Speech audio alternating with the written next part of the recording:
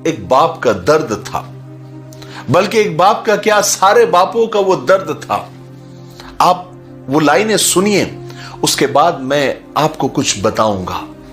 वो शख्स अपनी बीवी के लिए उस कागज पर चंद लाइनें लिखता है, एक मैसेज लिखता है। वो लिखता है कि तुम और मैं कभी बीवी और शौहर थे, फिर तुम मां बन गई और मैं बाप बनकर रह गया। तुमने घर का सारा निजाम संभाला और मैंने कारोबार संभाला, फिर तुम घर संभालने वाली मां बन गई और मैं कमाने वाला बाप बनकर रह गया।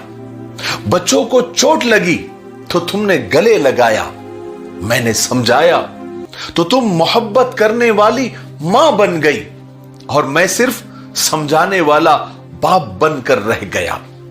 बच्चों ने गलतियां की तो तुमने उनकी हिमायत करके, उनको सपोर्ट करके अंडरस्टैंडिंग मॉम तुम बन गई, यानी जज्बात को समझने वाली मां बन गई और मैं न समझने वाला बाप बन के रह गया। बाबा नाराज होंगे, अब्बा नाराज होंगे, ये कह कहकर तुम अपने बच्चों की बेस्ट फ्रेंड बन गई, एक अच्छी दोस्त बन गई और मैं गुस्सा करने वाला बाप बन के रह गया। तुम सारा दिन बच्चों से राज और नियाज की बातें करते करते अपना मुस्तकबिल महफूज बनाते हुए, अपना फ्यूचर सिक्योर करते हुए बच्चों के दिलो दिमाग में घर करती चले गई और मैं फकत घर का मुस्तकबिल और फ्यूचर बनाने के लिए अपना आज बर्बाद करता चला गया।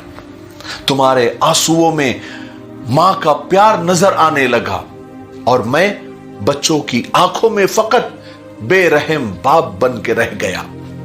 तुम चांद की चांदनी बनती चले गई और पता नहीं मैं कब सूरज की तरह आग उगलता हुआ बाप बन के रह गया।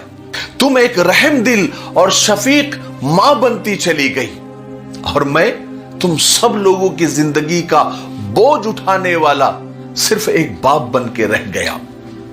लेकिन मैं बताऊं, मैं भी एक बाप हूं, एक इंसान हूं। मेरे सीने में भी औलाद के लिए उतनी ही मोहब्बत है जितनी कि एक मां को है, जितनी कि एक तुमको है। लेकिन अफसोस, सद अफसोस, बच्चों ने मां पर तो बहुत प्यार लुटाया लेकिन एक बाप को भूल गए। मैं ये शिकायत अल्लाह से जरूर करूंगा और मुझे यकीन है कि मुझे वहां इंसाफ जरूर मिलेगा। ये किस्सा खत्म हो गया, लेकिन ये एक इंतहाई कड़वी समाजी और माशरती तस्वीर है। बहुत ही कम माएं ऐसी आपको मिलेगी जो अपने बच्चों के सामने उनके बाप की कुर्बानियां और उनके बाप का मकाम बुलंद करके रखती है।